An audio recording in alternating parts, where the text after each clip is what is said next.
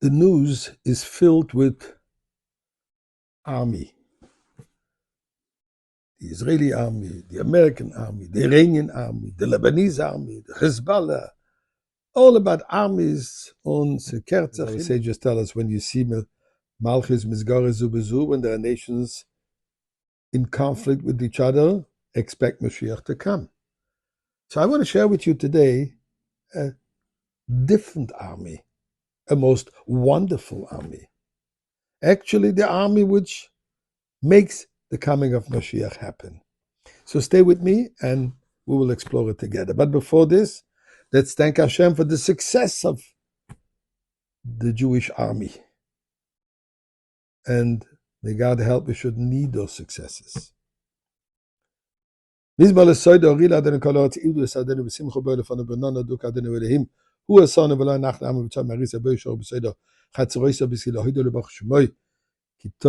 Adonai L'olam Chazdoi V'Yadoi V'Odor Emunasoi. Let's give some tzedakah. In 1981, on Yud Aleph Nisan, continued then Lag BaOmer and continued a number of talks. The Rebbe says when the Jewish people came out of Mitzrayim, they came out, as it says, Al Tzivoisam, as an army. What kind of army exactly did they have in Egypt? All we know is that the women had tambourines. They had weapons. They had an army. What kind of an army? So the Rebbe then explained, this is a godly army. And it's called Tzivois Hashem, God's army. Soldiers, very young age. Usually armies start at the age of 18 or something similar. This is an army that starts from infancy, focused on little children. The army of Hashem. Those children, in the merit of whom we received the Torah, in the merit of whom we came out of Egypt. As we all know that thanks to the children, when the women picked up the children, it says, they are our guarantors. This is our army.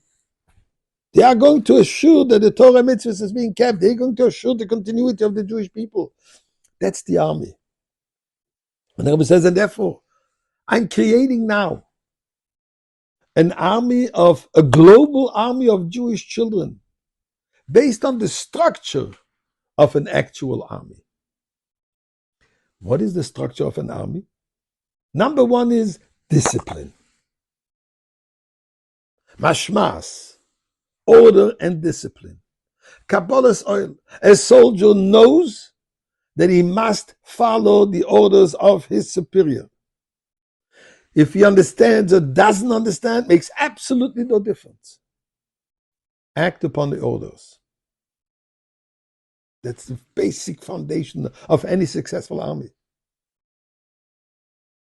And then there are ranks. Yes, there's advancement. From a plain soldier, etc., etc. Every army has their ranks. And then there's also badges of honor. Recognition of individuals' achievement. While you're part of the army and you're there to listen to orders, initiative, appropriate initiative, is recognized. Commitment, devotion, self-sacrifice is recognized and cherished and honored. Says the Rebbe, the general is God. Discipline towards he says. Rules, Torah mitzvahs. Shulchan Aruch, the code of Jewish law. And the child who registers in this army, they receive special missions. With every yontif there's a mission. With every different weeks there is constantly different missions that everybody can achieve. And when you achieve them, it's being recognized. And it's giving the child a feeling of a mission, of a higher mission, a collective mission. Not just I'm here for myself, but the whole idea of the army is what? Supporting each other, caring for each other, looking out for each other. belonging to a greater reality than just me and I and myself. For every child to understand how important he and she is. And this is the army which is leading us to Geula. And may this happen today. You can find, go online, Tzivos Hashem, TZIVOSHASHEM.